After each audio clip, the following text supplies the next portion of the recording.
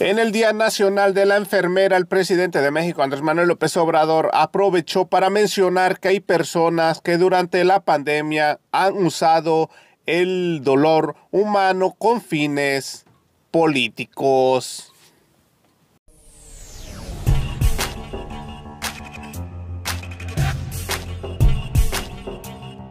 ¡Viva México! ¡Viva México! ¡Viva México!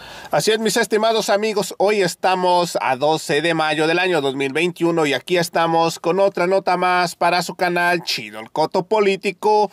Yo soy Ferras TV con otro video para el canal y bueno amigos, que tengan un excelente miércoles. Y bueno amigos, el presidente acusa a los grupos que incitaron al personal médico para que se rebelara durante la pandemia, pero les agradeció que no escucharan el canto de las sirenas. Y bueno amigos, como ustedes saben, los prianistas intentaron hacer de todo, usar el dolor ajeno para golpetear al gobierno de la Cuarta Transformación, pero no pudieron. Y sin tanto que hablar mejor, a continuación les presento el video. Acompáñenme.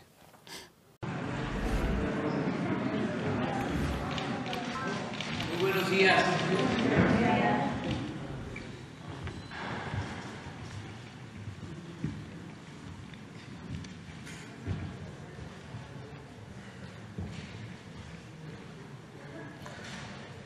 El día de hoy nos da muchísimo gusto que nos acompañen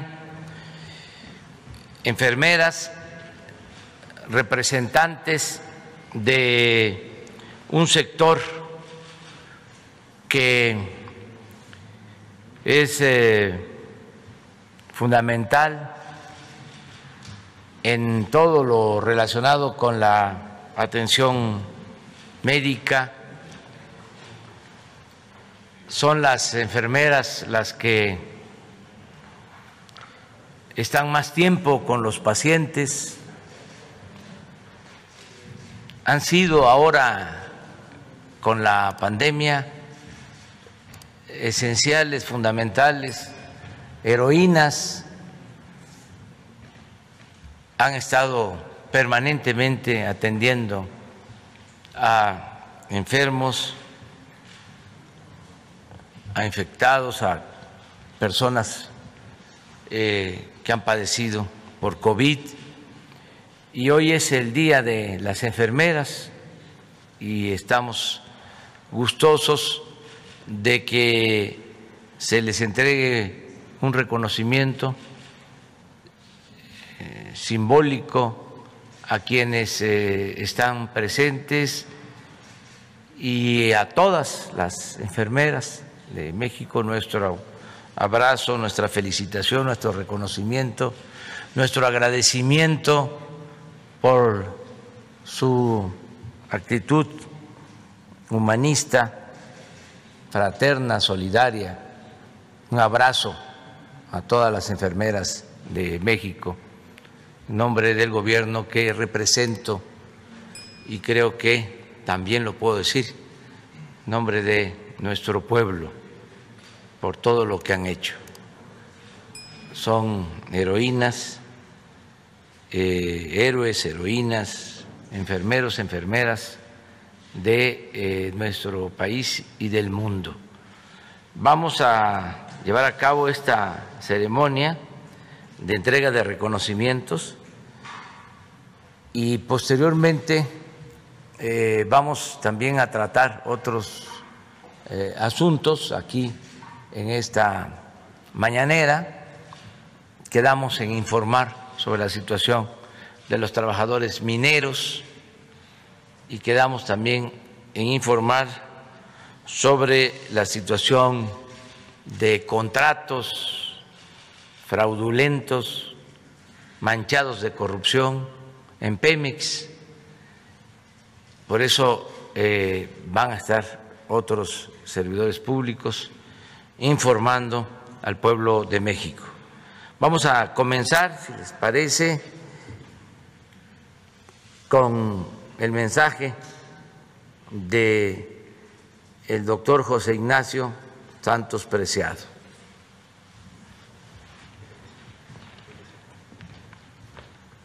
Gracias, presidente.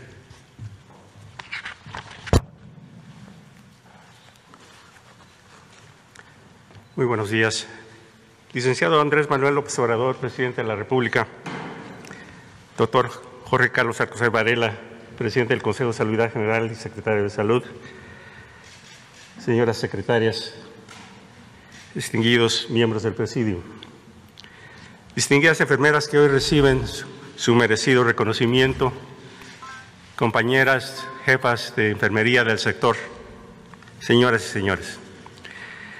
En alguna celebración del Día de la Enfermera, cuando yo todavía era clínico, en mi vida hospitalaria, se me acercó una compañera y me dijo: doctor, hoy le escribí a los Santos Reyes y le pedí dos cosas. Uno, poder cursar la maestría, y el otro, que algún día se celebre un día para nosotros y nosotras, el gremio de enfermería. Ella era muy dedicada en su profesión y logró su cometido, la maestría y el ascenso en el escalafón del hospital. Su otra petición apenas se cumple hoy, a 15 años de distancia. Como saben, en México las enfermeras y los enfermeros celebran su día cada 6 de enero, celebraban su día cada 6 de enero, coincidiendo con el Día de los Reyes Magos, debido a que en 1931, hace 90 años, el doctor José Castro Villagrán, director del Hospital Juárez de México, calificó a las enfermeras y enfermeros como un regalo de los Santos Reyes a los pacientes. Las enfermeras desempeñan un papel clave en todas nuestras instituciones. Son responsables del bienestar, de la seguridad y la recuperación de los pacientes. Por ello, es justo que tengan su propio día para reconocer su destacada aportación al tratamiento y recuperación de los enfermos.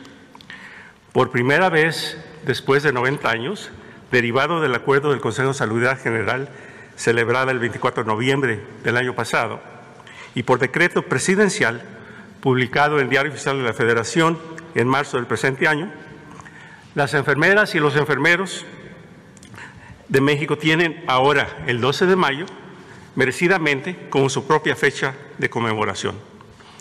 En este marco, también quedaron establecidos en el decreto presidencial del licenciado Andrés Manuel López Obrador los reconocimientos al mérito en enfermería que otorga el Consejo de Salud General, que llevan el nombre de 3 destacadas enfermeras mexicanas que ya se nos adelantaron: Sor Mari Suárez Vázquez, Sor María Guadalupe Cerizola y la maestra Graciela Arroyo.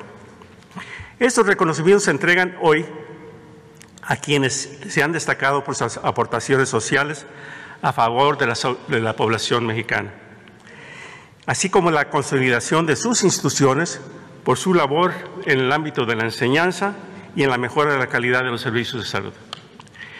Este año, el grupo de enfermería respondió a la convocatoria de los reconocimientos al mérito con gran entusiasmo, como es habitual.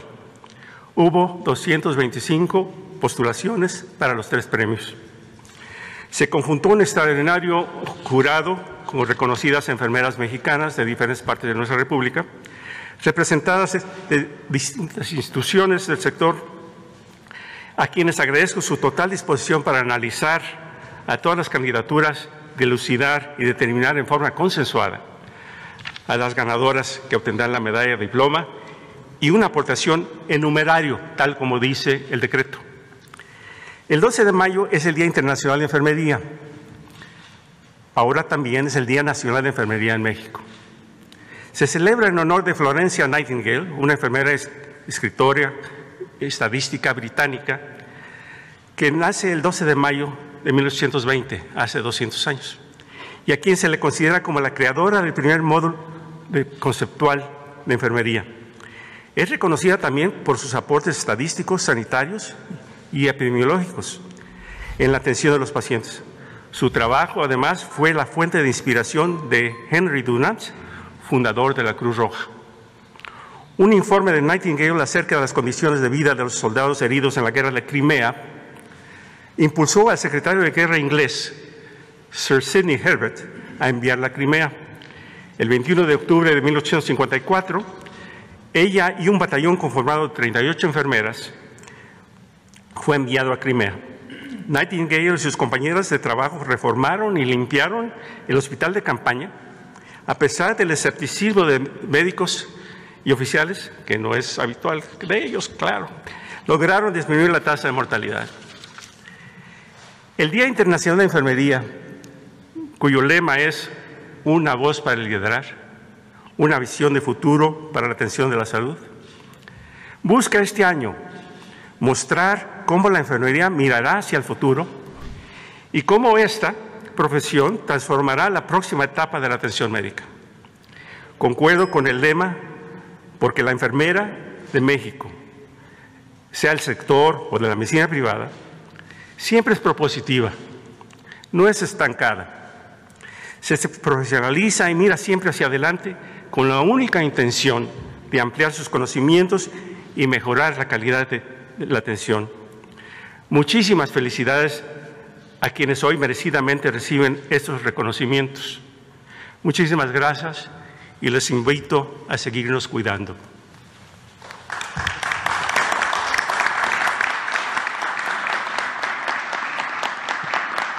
A continuación, veremos el video con la semblanza de las ganadoras a los reconocimientos en enfermería.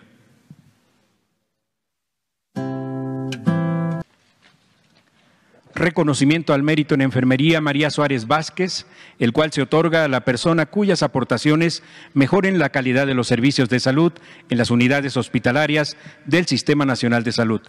Lo recibe la doctora Guillermina Mendieta Morales, jefa de enfermería del Hospital Fray Bernardino Álvarez.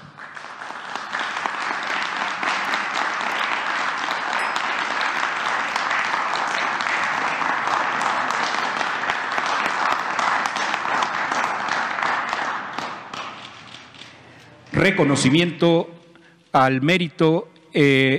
¿Podría pasar, por favor, a su lugar? Reconocimiento al mérito en enfermería María Guadalupe Cerizola Salcido.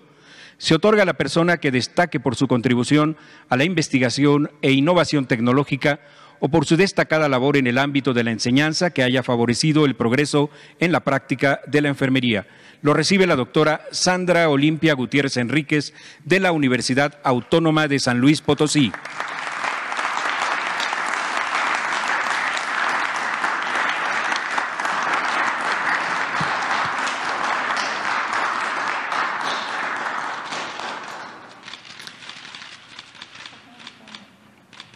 Reconocimiento al mérito en enfermería Graciela Arroyo de Cordero, el cual se otorga a quien se reconoce su vocación de servicio y de entrega a la formación de nuevas generaciones, así como por sus trascendentes aportaciones sociales en favor de la salud de la población mexicana y de la consolidación de sus instituciones. Lo recibe la doctora María Hortensia Castañeda Hidalgo de la Universidad Autónoma de Tamaulipas.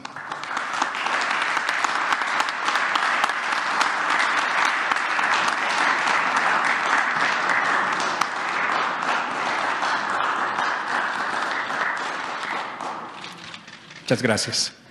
A continuación, el mensaje del doctor Jorge Carlos Alcocer Varela, presidente del Consejo de Salubridad General y secretario de Salud.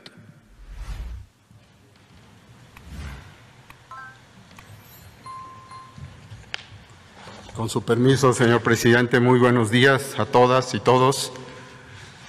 Es un gusto estar hoy con ustedes para conmemorar una labor tan importante y reconocida a nivel internacional como es la enfermería.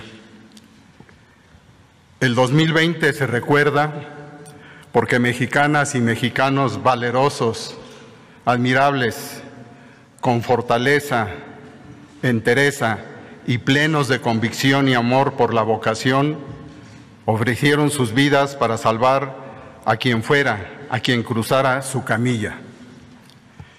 El 2020 lo recordaremos porque entendimos que la enfermedad no solo está en clínicas y en hospitales, ya que el riesgo a la enfermedad, a la muerte o a los accidentes están en todos lados y pueden llegar en cualquier momento. En el 2020 aprendimos que sin ustedes, enfermeras y enfermeros, muchos de nosotros no estaríamos aquí. Compañeras y compañeros, la enfermería es muy importante para la transformación de nuestro sistema de salud. Ustedes son la primer fila para atender padecimientos y frenar la propagación de la muerte y de la enfermedad, porque, como lo saben, no solo es COVID-19, sino muchos y muchos otros padecimientos que a diario llegan a nuestro sistema de salud, que a diario llegan a sus manos. Este día es un reconocimiento merecido que les damos a ustedes, enfermeras y enfermeros, pero también es un día de reflexión y de compromiso. Ustedes, con ese espíritu valeroso y admirable, arriesgan su vida para salvarnos a todos. Por eso, no les podemos fallar y luchamos desde todos los frentes para mejorar sus condiciones laborales, su vida emocional y su conocimiento ante las adversidades.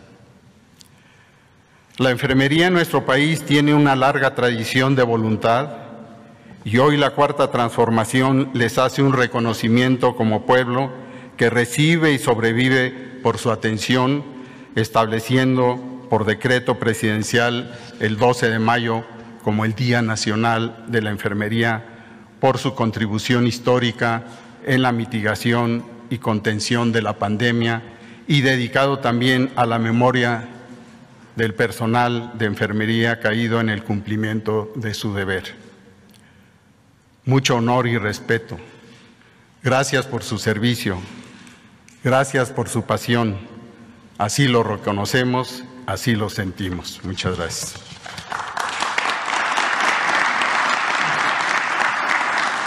Licenciado Andrés Manuel López Obrador.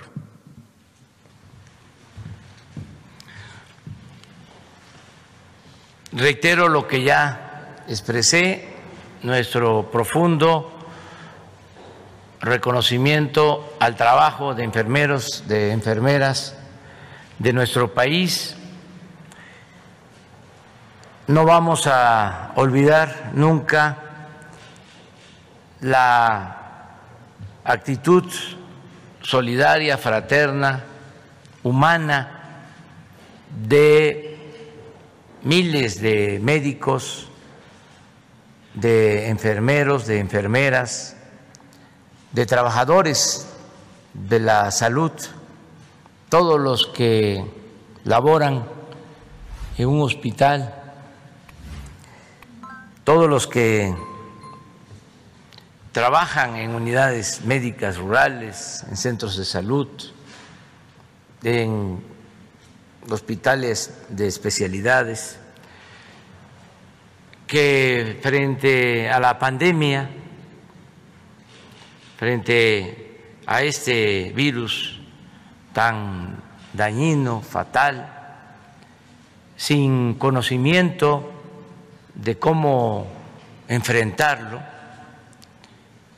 corriendo todos los riesgos, decidieron muchos, mujeres y hombres del sector salud, arriesgar hasta sus vidas para salvar vidas de otros seres humanos, de semejantes. Esto es una labor humanitaria ejemplar, por eso hablamos desde el principio de héroes y de heroínas. Hay muchísimas anécdotas de cómo algunos en un centro de trabajo, en un hospital, no querían arriesgarse por lo peligroso, lo dañino del contagio de la enfermedad, y además porque al inicio no teníamos los equipos, no había la protección necesaria para enfermeras, para enfermeros, para médicos, para el personal de salud. Aquí abro un paréntesis para agradecer al gobierno de China, porque fue el primer gobierno en ayudarnos en esos momentos. No teníamos guantes, no teníamos cubrebocas, no teníamos ventiladores y hasta ahora han enviado de China 38 aviones con equipos médicos. Bueno, en ese tiempo, el año pasado, hablo de marzo, de abril, de mayo, pues había preocupación y algunos médicos, no todos, muy precavidos, pues solo de lejos atendían a los enfermos. Y las enfermeras los llamaban a que se acercaran, a que estuvieran ahí, como estaban ellas. Así se dieron muchos casos. Y al final, el colectivo de un hospital terminó solidarizándose, todos ayudando. Son acciones que siempre vamos a recordar. Y hay otro comportamiento también ejemplar. Con la pandemia, no solo en México, sino en el mundo, se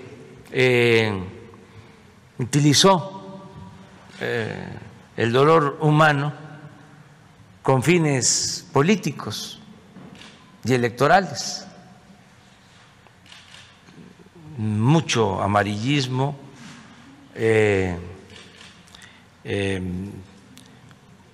mucha desinformación y muchas acusaciones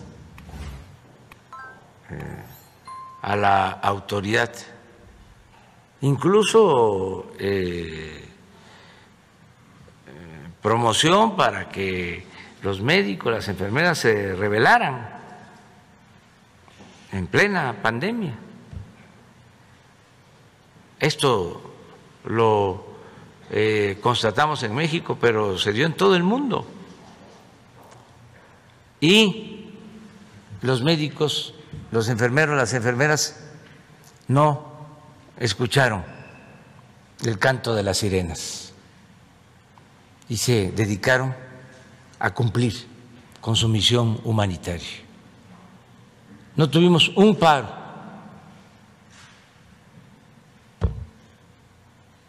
No se politizó la atención a la pandemia. Lo mismo ahora con la vacunación. Se cerró filas. La salud es primero. Y una cosa es la politiquería, el oportunismo, el querer sacar raja del dolor humano, y otra muy distinta es la misión de ayudar, de servir, de salvar vidas, como lo han hecho los médicos, los enfermeros, las enfermeras, los trabajadores de la salud de nuestro país, a los que les rendimos homenaje. Muchas felicidades a quienes recibieron estos reconocimientos y un abrazo fraterno a todos los enfermeros, a las enfermeras de México.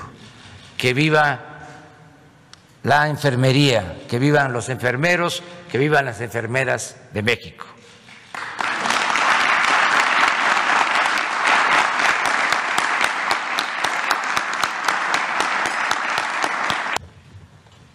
Muy buenos días. Con su venia, señor presidente.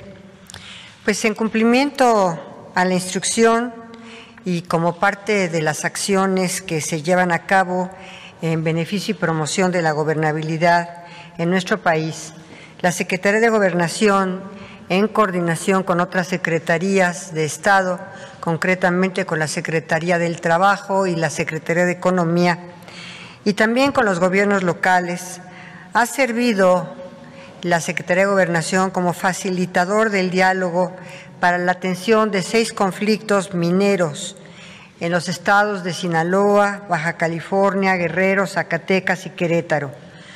Con esta intervención se han escuchado las voces de los interesados y se ha logrado generar acuerdos consensuados en beneficio de todas las partes interesadas. Si me pueden pedir, por favor, para que vayan pasando. Sí, ya la segunda diapositiva. En el tema de la mina de San Rafael en Cozalá, se ha dado un seguimiento puntual y me permitiré exponer algunas de las acciones realizadas para su atención. La situación que concierne a la mina de Cozalá desde enero del 2020 se ha fundado en la exigencia de los trabajadores por la aplicación de un contrato colectivo de trabajo, así como las medidas referentes al medio ambiente y a la salud. Asimismo, existía una disputa entre organizaciones sindicales por la titularidad del contrato colectivo de trabajo. En febrero y agosto del 2020, se realizaron diversas acciones tendientes a acercar las posiciones y a buscar entablar un diálogo entre las partes. El 17 de septiembre, la Junta Federal de Conciliación y Arbitraje llevó a cabo un recuento para definir la titularidad del contrato colectivo. Para el 20 de septiembre, la Junta Federal de Conciliación y Arbitraje reconoció al Sindicato Nacional de Trabajadores Mineros, Metalúrgicos, Siderúrgicos y similares de la República Mexicana como el titular del contrato colectivo. Y como consecuencia de lo anterior, que aquí es importante decirlo, se presentaron 2 juicios de amparo, por lo que la titularidad del contrato colectivo de trabajo está aún en tribunales.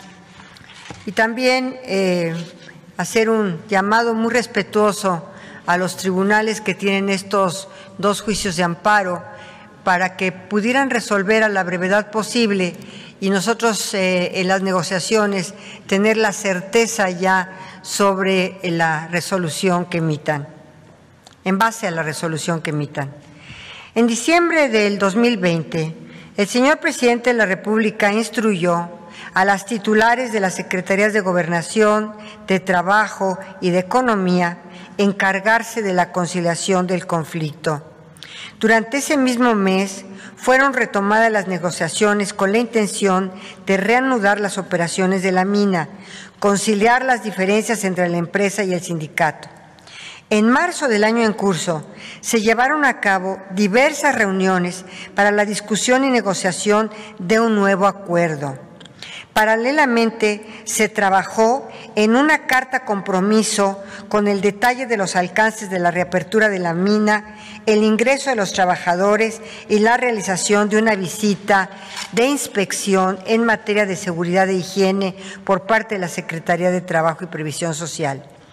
El 26 de abril, una comisión de servidores públicos de las Secretarías de Gobernación, Trabajo y Economía, hace apenas escasos días, llevó a cabo diversas reuniones en Culiacán, Sinaloa, con trabajadores de la mina de Cozalá, quienes coincidieron en la reactivación que la reactivación de la mina es una prioridad. Actualmente, las partes se encuentran en pláticas sobre los términos de la reapertura de la mina y el ingreso de los trabajadores. Y aquí hacemos un llamado tanto a la empresa minera como a los trabajadores a avanzar en las diversas posiciones que se tienen de la recontratación de algún grupo de trabajadores para que ya podamos avanzar en la reapertura de la mina. Esto sería cuanto, señor presidente. Muchas gracias.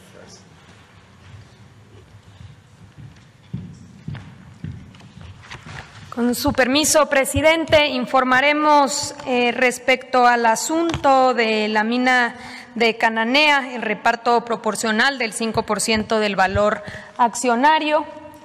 Primero, poner en contexto, este conflicto se origina a partir de la privatización de la mina de Cananea en 1990, en la que se acordó que para la terminación de las relaciones laborales se otorgaría el equivalente al 5% de las acciones de la mina. Dichos recursos no fueron entregados sino hasta después de 14 años, con la firma de un acuerdo entre la empresa y el sindicato minero titular del contrato colectivo, en donde se evaluó el 5% de las acciones en $54.084.000 americanos. La entrega de los recursos provocó inconformidades. Por un lado, hubo trabajadores que consideraban tener derecho a la parte proporcional y que no habían recibido pago alguno. Otro grupo de trabajadores que recibieron distintas cantidades y consideraban que el pago era incompleto, y por su parte el sindicato, que ha sostenido ser el propietario de dichos recursos. Adelante. A partir del 29 de abril de 2005 se iniciaron una serie de demandas que involucraron a 6.381 trabajadores ante la Junta Federal de Conciliación y Arbitraje, reclamando los pagos correspondientes. La Junta Federal, ya en 2 ocasiones, en 2012 y en 2018, ha emitido laudos que han sido recurridos y resueltos por tribunales de amparo, en los cuales se ha venido definiendo cuál es el grupo de trabajadores que tiene derecho a dichas reclamaciones. En el caso de la última resolución de amparo, el tribunal le ordenó a la Junta Federal de Conciliación y Arbitraje que emitiera un tercer laudo, un nuevo laudo, con algunas directrices, en algunos casos para condenar al sindicato y en otros para absolverlo de juicios en donde las y los trabajadores no habían acreditado su derecho. Adelante. Atendiendo a la resolución del tribunal, la Junta Federal emitió un laudo el pasado 7 de abril de 2021, en donde en 15 expedientes se absuelve al sindicato de las prestaciones que le fueron reclamadas, y en 6 de los expedientes se condena al sindicato minero para hacer efectivo el derecho de la distribución proporcional de $54 millones que involucra a 708 trabajadores y a 389 para el pago de las diferencias pendientes.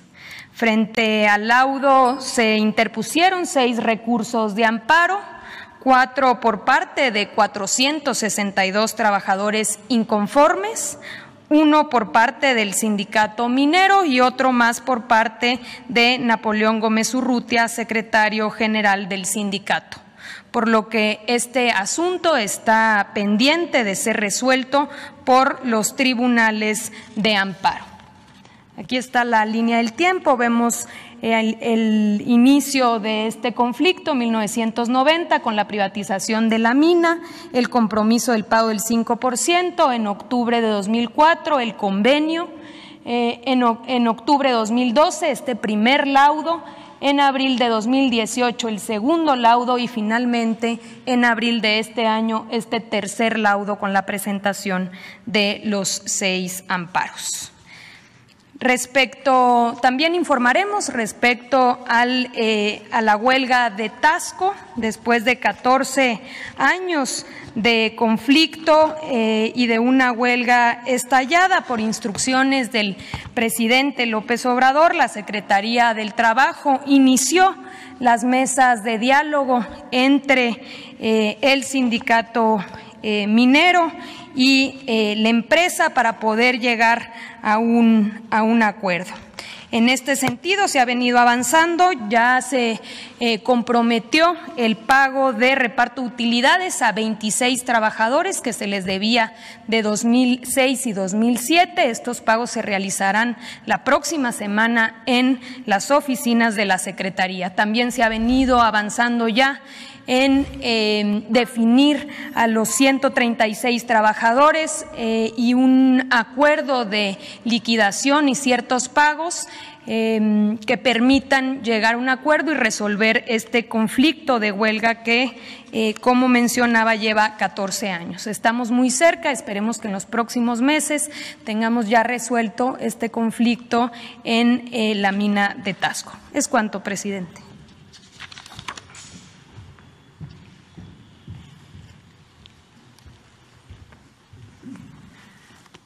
Con su permiso, señor presidente, muy buenos días a todas y a todos quienes nos acompañan esta mañana y a quienes nos ven.